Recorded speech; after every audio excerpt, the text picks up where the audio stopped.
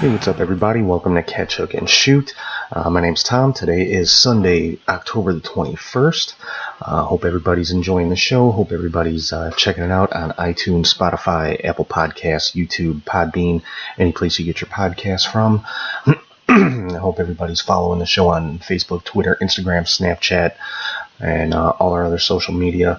And I hope, if anybody has any questions, comments, anything you want to see me talk about on the show, as always, feel free to drop me an email at catchhookshoot@gmail.com.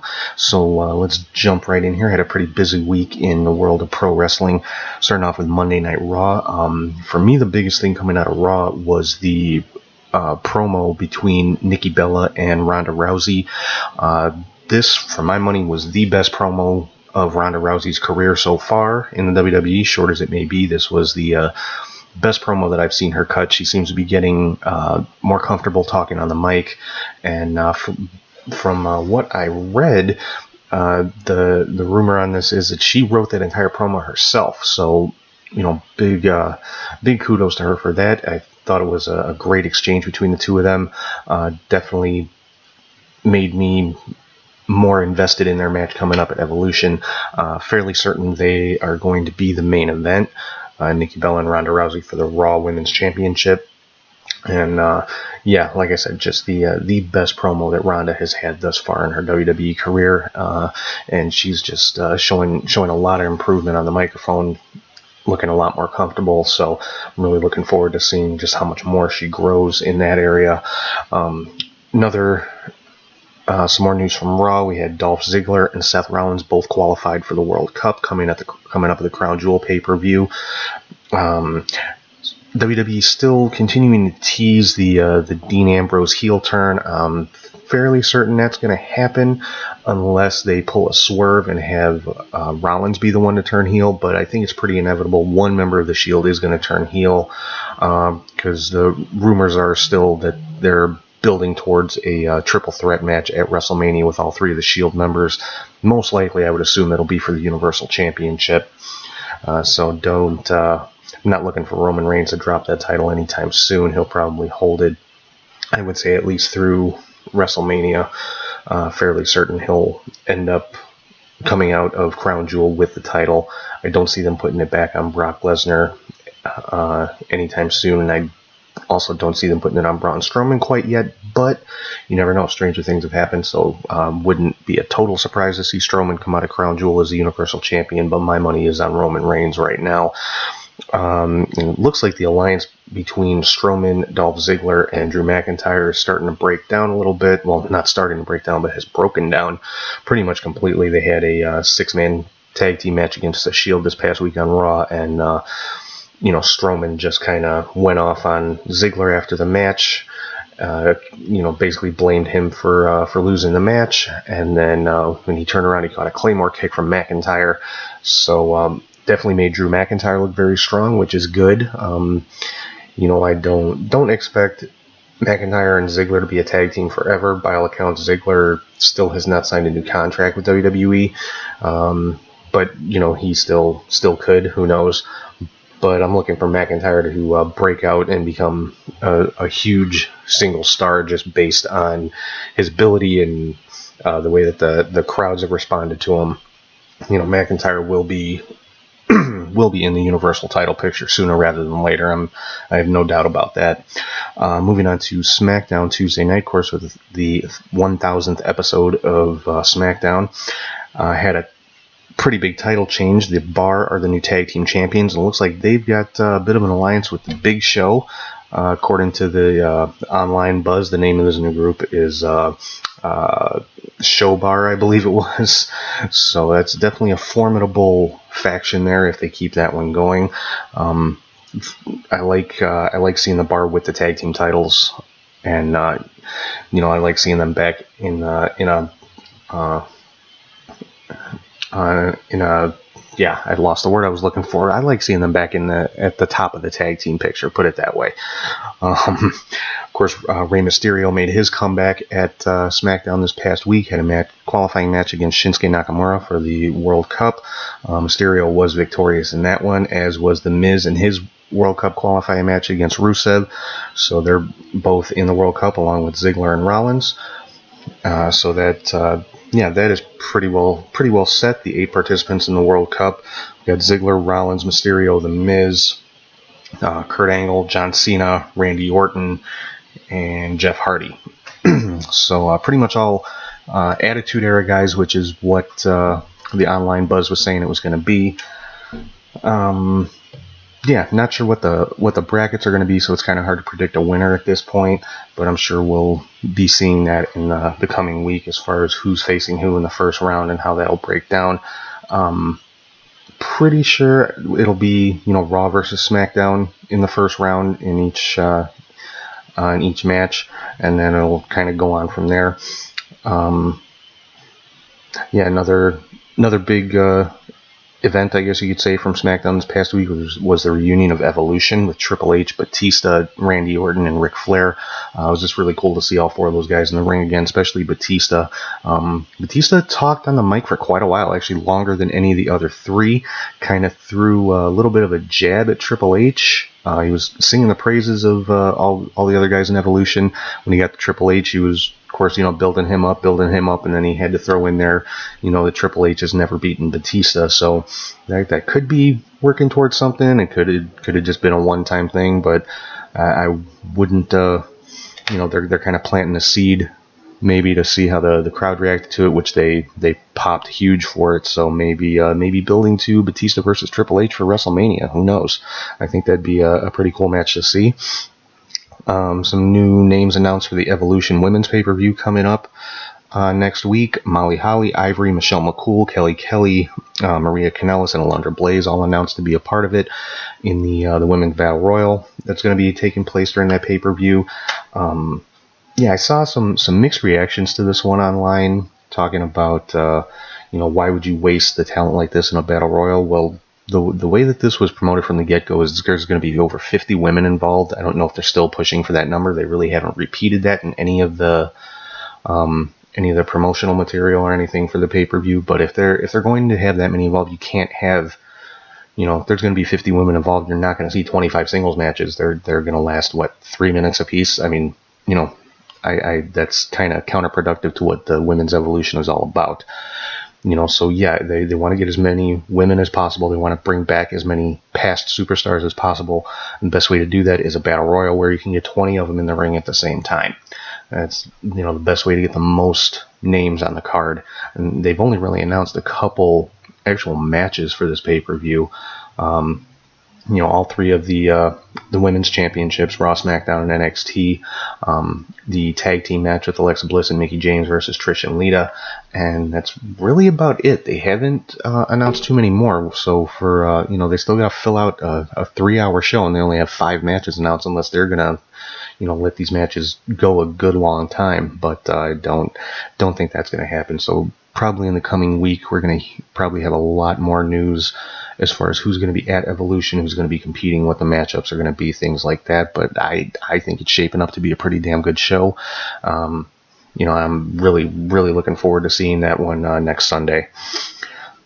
As far as NXT this week, the NXT UK debuted this week. The main event of the first show was Pete Dunne versus Noam Dar for the WWE UK Championship. Fantastic match. Pete Dunne retained. Really liking, based on the first episode, I'm really liking NXT UK. I love the British style of wrestling, so I'm looking forward to watching this one every week. On NXT this week, Aleister Black made his return. Showed up in a match between Bianca Belair and Nikki Cross. Of course, Nikki Cross has been saying, she has a secret. She knows who attacked and injured Aleister Black. She whispered something in his ear as a showing off the air, and you could just see the rage building in him. So I'm thinking we're going to find out who it was that attacked him probably within the next week or so, and I'm sure that's going to build to the next NXT TakeOver, which will be NXT War Games on Survivor Series weekend. So definitely some big big build-up going to be coming from NXT. Also had a NXT Tag Team title match, the War Raiders versus Undisputed Era. Undisputed Era did retain the titles.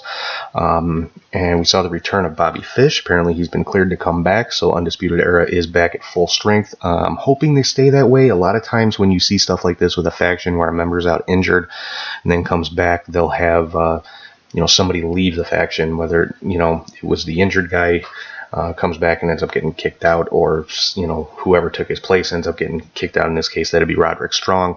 I'm hoping they don't do that. I hope they keep all four of these guys together, because they are right now one of my favorite factions in all of wrestling, not just in WWE. So I'm hoping they don't try to pull them apart the way that they did with the Shield when Seth Rollins originally made the turn and things like that. So I'm hoping, got my fingers crossed, Undisputed Era is going to be together for a little while still. Maybe see Bobby Fish get in back in the tag team title picture with Kyle O'Reilly. Maybe they're going to go under the Freebird rule, defend the titles between all four of the guys. Who knows? Adam Cole obviously is still in the North American Championship picture with Ricochet, so you could see the tag titles defended between Fish, O'Reilly, and Strong. There's just a lot that could be done with that, so I'm hoping they keep it going for a while. As far as 205 Live, match coming up this week, Hideo Itami versus Mustafa Ali in a Falls Count Anywhere match. Really looking forward to this one. These are two of the best guys in 205 Live. Should be just an awesome match between these guys. The Mae Young Classic looks like the semifinals are set. So there'll be two matches on this week's show, and then the final, obviously, at the Evolution pay-per-view next week. The four names that are in the semifinals are Meiko Satomura, the other competitor, last name's Io. I'm sorry, I didn't write down her first name. Rhea Ripley and Toni Storm. So two of those four ladies will be in the finals at the Evolution pay-per-view. So I guess that's another match that's already signed for the pay-per-view. But still, that puts us at six total matches for 3 hours. I'm not thinking every one of them is going to be a half an hour match. So probably I would think they would need to add at least 2 or 3 more matches to the pay-per-view, and like I said, we'll probably hear about those this week. Some news from Impact this week. Looks like Impact has signed Jordynne Grace, and she'll be making her debut, I believe it was next week. They showed the vignette with the silhouette throwing the double bicep pose. So I believe it said on next week's show she'll be making her Impact debut. New Impact World Champion is Johnny Impact. Austin Aries is apparently done with Impact Wrestling for the time being. He dropped the title to Johnny Impact at the pay-per-view last weekend. Now, something interesting with the pay-per-view, when Johnny Impact scored the pin on Aries, he hit him with the move has so many different names, but basically the split leg twisting moonsault, moonlight drive, or whatever he calls it now. But Aries went down for the pin, but then as soon as the 3 count was made, he no-sold it, jumped up, said something to the fans, flipped off Don Callis, and just walked out of the arena. And I don't know if that was a work or if that was a shoot. He wasn't happy with what's going on, but that's definitely got people talking, and I'm sure that that's never a bad thing. For Ring of Honor, looks like Matt Taven is going to be the next challenger for Jay Lethal. He came out, attacked Jay Lethal last weekend, and pulled out a replica of the Ring of Honor World Championship with a purple strap, claiming that he is the uncrowned, the real Ring of Honor World Champion. So, like I said, that looks to be the next challenger for Jay Lethal's world title. Also coming up next week on Ring of Honor, Punishment Martinez is going to be defending the television championship against. And again, I didn't write down the first name. I believe it's Jeff Cobb, and. It looks to be a great match. Both, big, strong guys. Punishment Martinez obviously has already signed with WWE and has reported to the Performance Center already. So, this match, of course, is pre-taped. So we already know Cobb is going to walk away with the title, but it should be a great match to watch. And really looking forward to Punishment Martinez debuting on NXT. I love what the little bit I've seen from him in Ring of Honor, because I didn't start watching Ring of Honor every single week until just within the last few months. So I haven't seen too much from Punishment Martinez, but from what I have seen of him, I'm really looking forward to seeing him in NXT. Another NXT signing that's making her debut next week is Mia Yim. This is definitely a long time coming. I've been a fan of Mia Yim for a long time. She definitely has earned her spot in WWE and in NXT.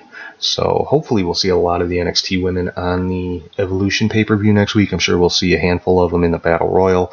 I'd love to see, a couple of singles matches or even tag team matches from some of the NXT ladies, just so they can show off what they can do. Put them out there, let them try to steal the show. Show the women on the main roster what they have to look forward to when these women get called up. Getting back to Ring of Honor. Next week's show, the Briscoes are defending the Ring of Honor tag team titles against Coast to Coast.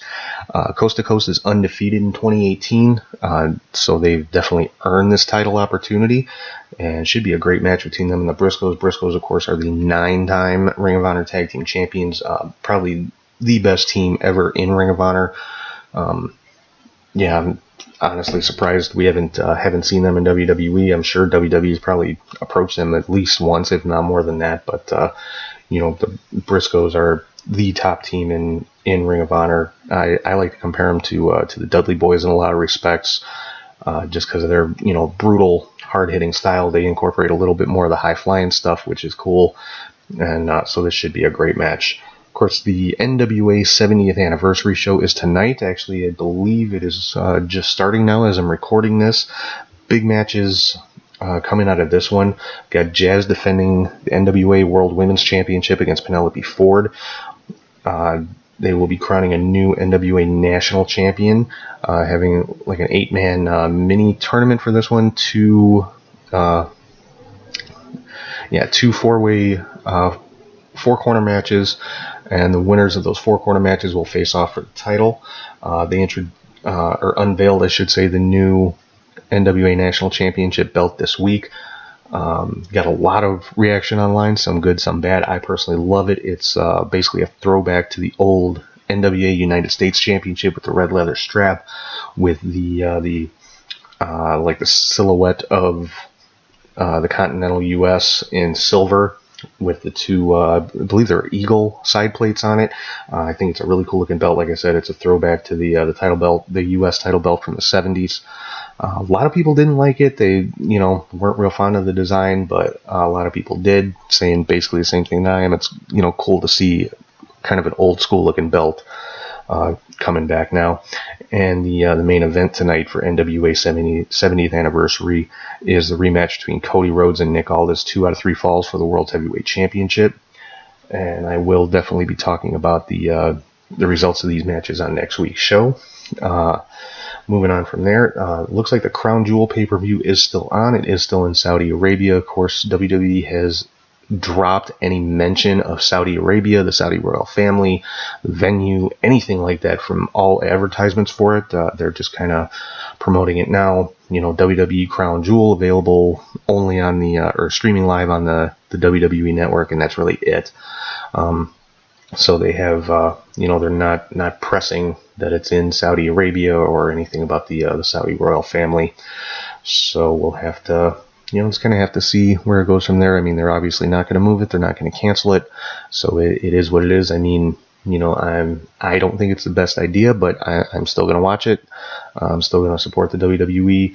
I know a lot of people out there are completely against them having this show in Saudi Arabia, and that's your right. And if that's the case, best thing you can do is not watch it, or cancel your subscription to the network. If you are really that much against it, want to protest against it, that's the best thing you can do to make your voice heard. Cancel your subscription. Don't watch the show. Make their numbers go down.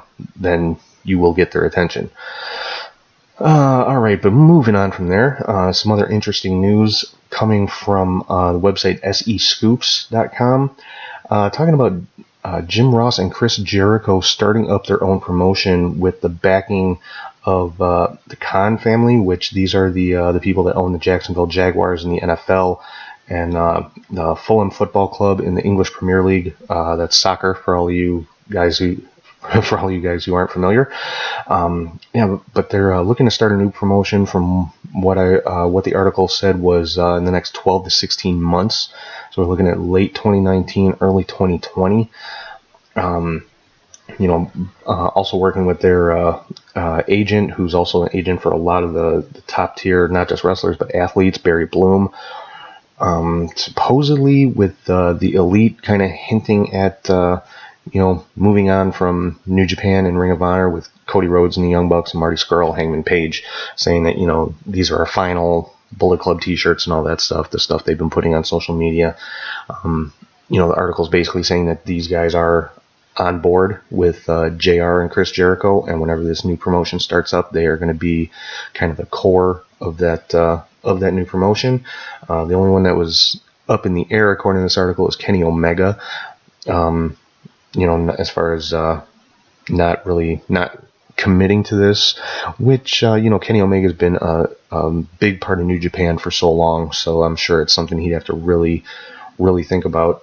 But according to the article, they're working on a TV deal with Access TV, and Sinclair Broadcasting, the parent company, Ring of Honor, is also somehow involved with this. Now, Access TV has flat out denied all of this, but I mean, if it's not set in stone yet, then obviously they're not going to confirm it.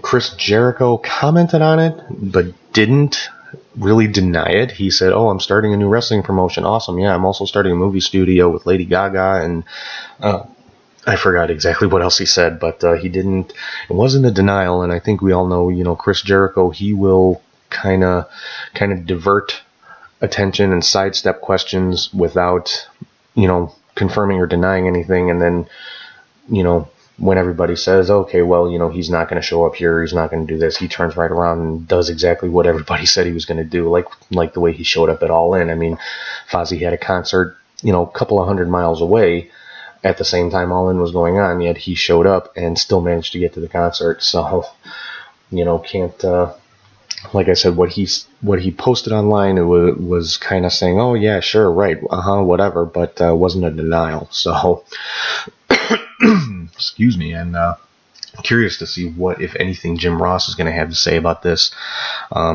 See if he addresses it on his podcast this week, if he's got anything to say about it, one way or the other. Because he's been saying for a while, there's stuff in the works, and he's got big things coming up, kind of dropping hints, but not being specific at all. So, I mean, he could be talking about anything. Doesn't necessarily mean he's starting a new promotion. So we'll have to see, just wait and see how this one plays out. Like I said, it's not supposed to happen for another year and a half at the earliest. So this one's going to take a little while, but I just thought it was, something really interesting, because with the financial backing that they supposedly have from the Khan family, they could potentially, depending on, how much this family wants to invest, this is something that could potentially compete with WWE if they chose to take it in that direction. Now, JR has always said, you're not going to compete with WWE because they've been in it for so many years, and they, nobody's on the same level financially with WWE. Well, this could change that game up, and if it does, I think it would be fantastic, because it would cause WWE to have to step up their game. JR has supposedly been putting out some feelers to some WWE superstars. Wasn't specific as to who, but to see if they would have any interest in I guess jumping ship. And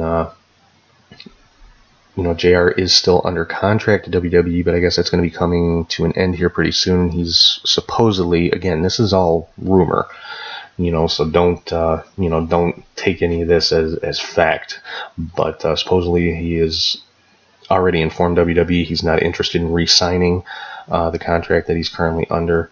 So if that's the case, I mean, it's definitely some exciting news. I would love to see another big company come out to just to compete and just make things interesting with WWE. I'm not saying it's gonna restart the Monday Night Wars or anything like that. I think JR is too smart for that. I don't think he would try to go head to head with WWE. He's not going to go the same route as Eric Bischoff, trying to put Vince McMahon out of business. He would I think as smart as JR is with the business, he would view it as, no, we're not competing with them. We're an alternative. We're a second brand, or however you want to say it. For if you don't like WWE, come check out our stuff. And I think that's awesome. And hopefully I'm really hoping this is true, because if it is, it just can only be good for the business, for the fans, and for the wrestlers and everybody else. So, well, again, we'll have to wait and see how that one plays out over the next year to a year and a half. So, the topic that I had for today that I want to talk a little bit about is social media in pro wrestling.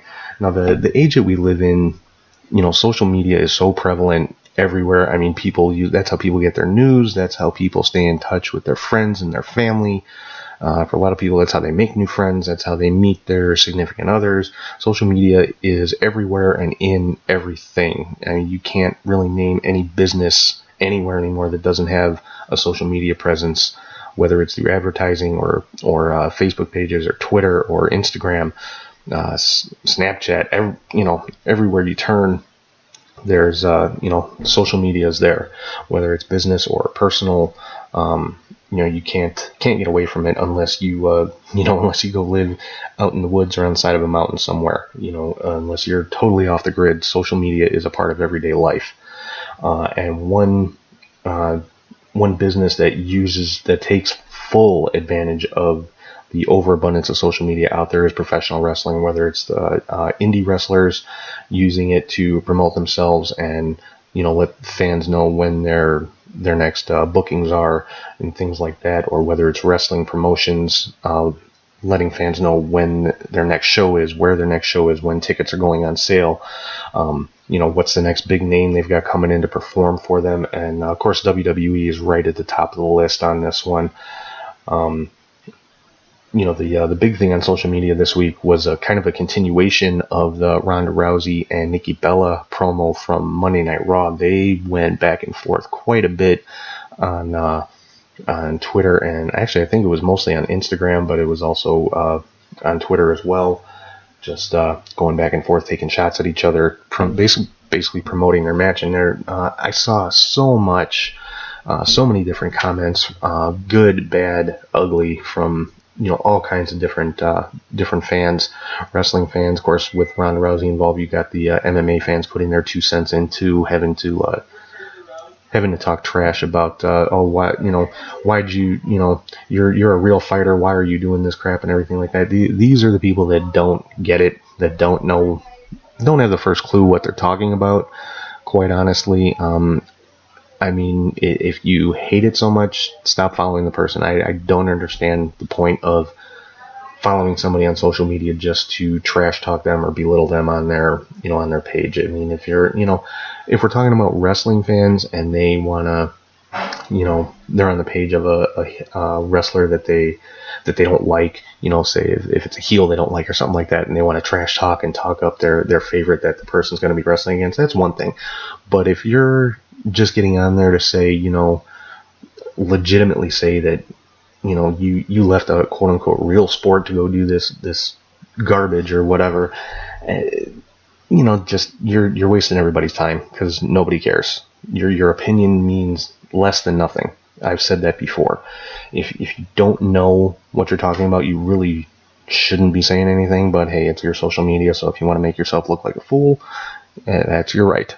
But and one comment that really caught my eye, though, on one of the Instagram barbs that I think it was one of the ones that Ronda Rousey put out there.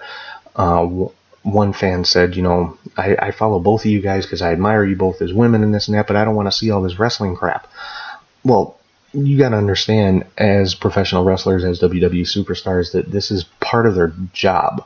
I mean, continuing their storyline when they're not on television, to keep it fresh in the fans' minds, to build that interest, to build that emotional investment to, to the payoff, to the next pay-per-view, that's part of the job.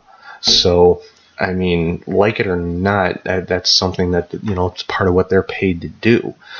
Keep fans talking about the feud, keep fans talking about the match coming up. and that, the way that they do that is with social media, and you see that with a lot of pro wrestlers, whether it's WWE, Indies, doesn't matter. They use social media to their advantage, and they've become exceedingly good at it. And it's just I just think a lot of fans kind of overestimate. I hate to put it this way, but I can't think of any other way to say it. Kind of overestimate how important their opinions really are, and honestly, like I said, they're not. My opinion doesn't mean anything. Neither does any other wrestling fan out there. You're free to express it. That's fine. Don't be surprised when one of them claps back at you every now and then, puts you in your place, because that's, hey, you asked for it. I prefer to just kind of sit back and enjoy. Once in a while I'll feel the urge to comment. I'm like, no, I'm just gonna sit back and watch the show, just like I sit back and watch on every Monday and Tuesday and Wednesday and Thursday on TV. That it's part of the show, it's part of the entertainment. I think a lot of people don't understand that. They think if it's on social media, oh, this must be a real beef and things like that. Then other fans are just cynical, like, oh, more fake wrestling crap. You know what? Shut up. I hate when people have to throw that around. Oh, it's fake and this and that. And my reply is, yeah, what's your favorite TV show? Okay, The Walking Dead. Well, zombies aren't real, don't you? Zombies are fake. They're these, corpses really aren't getting up, walking around, eating people. It's a television show, guys. Get over it. It's not presented as reality. It's, these people, while they are some of the best athletes in the world, they're also actors. They're playing a part. Now, granted, the parts that a lot of them play is just kind of extension of their real everyday selves, but it's a television show. It's entertainment. It's especially WWE World Wrestling Entertainment. That's that. So I think a lot of these people just kind of need to take a breath and chill out and just sit back, relax, and enjoy the show, because that's what it's there for. If you feel the need to try to interact, hey, my whole thing is at least show some semblance of respect. I think a lot of people, they get behind a keyboard and they tend to get very brave and think that they can say whatever they want to whoever they want, and it's just kind of, I don't know. It's just a good way to get yourself just cut down verbally, and I've seen it happen many, many times, and it's honestly, every time, it is hilarious to me. Another social media item from this week was, I mentioned earlier, the new NWA National Championship. A lot of people loved it. A lot of people hated it. I, for one, love it. I'm hoping to sooner or later get a replica of it if they put them out for sale. I would love to have that as part of my collection. Another item, actually one that kind of bothered me a little bit. I didn't comment on it myself. I had the urge to, but I figured, no, this person can fend for themselves. Was Mike Bennett's social media. Now, everybody knows he's been through rehab recently for some substance abuse issues, and by all accounts, he's doing great. And he posts updates. He's as far as how many days sober he's been, and how he's feeling, and what kind of shape he's gotten into since he got clean, and everything like that. And I think that's awesome, and it's a great way to hold yourself accountable, is to use your social media to kind of let people know, hey, it's been this long, I'm doing good, I'm this and that. But somebody actually, had something negative to say about it, which is ridiculous to me. It's just an insane concept to me. Is like, oh, it's great that you're doing good, but all these update emails, it's like you're bragging. You never see Kurt Angle or Jeff Hardy or anybody do it. Well, you know what? He's not Kurt Angle. He's not Jeff Hardy. He's Mike Bennett. Maybe that's something he chooses to do to, like I said, keep himself accountable, is to, let his fans and his family and his friends and people in his life know, hey, it's been this many days and I'm clean. Hey, it's been this many days and I'm clean. Hey, I had this new accomplishment today in my my workouts or whatever aspect of life and things like that. And who am I or anybody else, as far as just anybody, I mean, wrestling fans, whoever, to criticize how somebody goes about maintaining their sobriety, of all things. I mean, he's been sober for, I want to say it's well over a year now. That is a phenomenal accomplishment. I personally in my past have had some, substance issues myself, and it's not something I put out there or whatever, because it's something that I overcame, and this has been like years and years ago. We're talking like 15 plus years ago, long time ago. But it was never back at that time, there wasn't social media really or anything like that. I mean, you might have had MySpace or something, but there wasn't really anything. It wasn't a thing, put it that way, to post updates and stuff like that.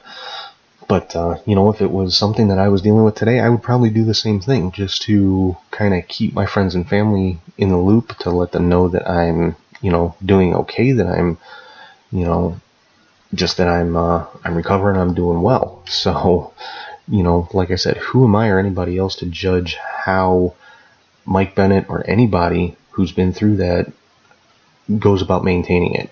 So, and I mean, this person who made this comment to him got cut down pretty well, and well deserved. So, I mean, there's a lot of good that can come from social media. There's a lot of bad. As far as social media in wrestling, though, I think everybody needs to look at it just like what I said. It's part of the show, and it's an extension of the show. When Raw goes off the air, guaranteed you're going to see superstars posting on, whether it's Twitter or Snapchat or Instagram or Facebook, posting to advance the storylines that you just saw on TV. I mean, WWE has a show on Facebook. Mixed Match Challenge is on Facebook every week. So, they know the importance of social media and what they do, and they take full 100% advantage of it, as well they should. As well does most other pro wrestling companies, and pretty much any other sports out there has some kind of social media presence. But I honestly think pro wrestling is probably the best at using it to their advantage, and particularly the WWE. So, like I said, I use it to keep up with the storylines and see what new developments go on from week to week after the shows go off the air, because that's exactly what it is. It's an extension of the show. It's another form of entertainment. It's a way of keeping the fans connected. And so, anybody that kind of looks down their nose at it, or thinks that but see, that's the kind of the double-edged sword of it. It keeps the fans connected, but it also sometimes lets them think they have a right to get involved or interject their opinions into it, which, again, I mean, it's your social media page. You can post whatever you want on it. You can make whatever kind of comments you want on it. Just, you are not free from the backlash, put it that way. That's the only kind of warning you're going to get. But, for the most part, I think social media is an integral part of professional wrestling these days. It's used, again, to advance storylines, to let people know what events are coming up, where they can get tickets, what superstars they're going to see where. And at this point in our society, I think most people would be lost without it. So I don't necessarily think it's the greatest thing in the world, but I think it's a necessary evil, put it that way. And hey, without social media, you wouldn't have, or I wouldn't have a platform for this show. So I, can't complain about it too much, right? But anyway, that's all I've really got for this week. So like I said, next week I will have the results of the NWA 70th anniversary show. Of course, reviewing Raw, SmackDown, NXT, NXT UK, 205 Live, Ring of Honor. Any news, big news from Lucha Underground, MLW, or anything like that, I'll be covering that as well. And one more time, hope everybody's enjoying the show. You can find it on YouTube, Podbean, Spotify, iTunes, Google Play, Apple Podcasts, anywhere you find your podcasts. And make sure you're following us on that evil social media, Facebook, Twitter, Instagram, Snapchat. Just search Catch Hook Shoot. You should be able to find all of our pages. And if you ever want to shoot me an email, it's catchhookshoot@gmail.com. Leave me any questions, comments, anything like that. I love getting any type of comments, hearing your guys' thoughts, anything you want to say, the good, the bad, the ugly, what you like, what you don't like, anything you'd like to hear me talk about in the future, or anything like that. Or if you got any show ideas, bring them on. I'm open to pretty much anything. And, working on some stuff coming up for the show. Hopefully I'll be able to make some announcements I'm trying to actually get my buddy Rich back on the show for a special episode, but that's, a couple months down the line. I'll say some more about that when I've got some more solid information. But I'm hoping to have a couple of special episodes coming out, one in November, and then hopefully, fingers crossed, another one in January. But I'll be giving some more information as those dates get closer. But for right now, I am going to sign off. Hope everybody has a good week, and I will talk to you guys soon.